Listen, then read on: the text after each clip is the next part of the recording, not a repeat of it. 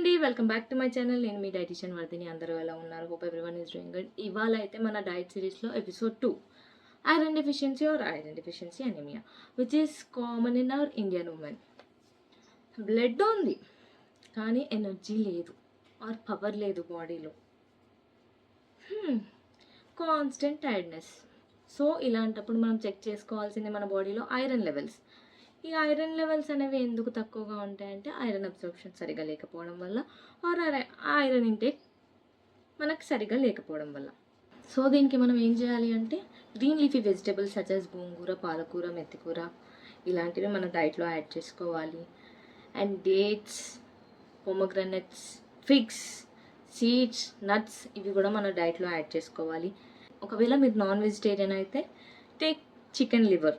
సరే, ఐరన్ తీసుకుంటున్నాము అయినా ఐరన్ లెవెల్స్ అనేవి పెరగట్లేదు బాడీలో.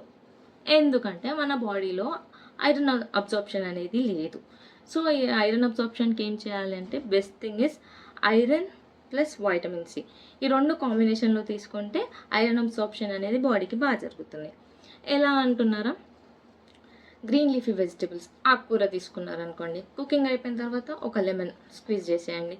లేదా ఏ మీల్ తీసుకున్న, పప్పు తిన్నా ఏది తిన్నా, what ever you eat, you take a meal, దాంట్లో ఒక నిమ్మకాయ పిండి వేసుకొని తినేయండి. కుకింగ్ అప్పుడు కాదు, కుకింగ్ అయిపోయాక while you are serving it in plate అప్పుడు తీసుకోండి. ఇంకా సెకండ్ వచ్చేసి మీల్ తీసుకున్న ఒక 1 hour తర్వాత 1 hour గ్యాప్ ఉండాలి మీరు కాఫీ, టీ ఏదైనా కెఫిన్ ప్రోడక్ట్ తీసుకున్నప్పుడు. ఎందుకంటే కెఫిన్ తీసుకుంటే మీ ఐరన్ అబ్జార్ప్షన్ని కంప్లీట్గా డిస్ట్రాయ్ చేసేస్తాయి.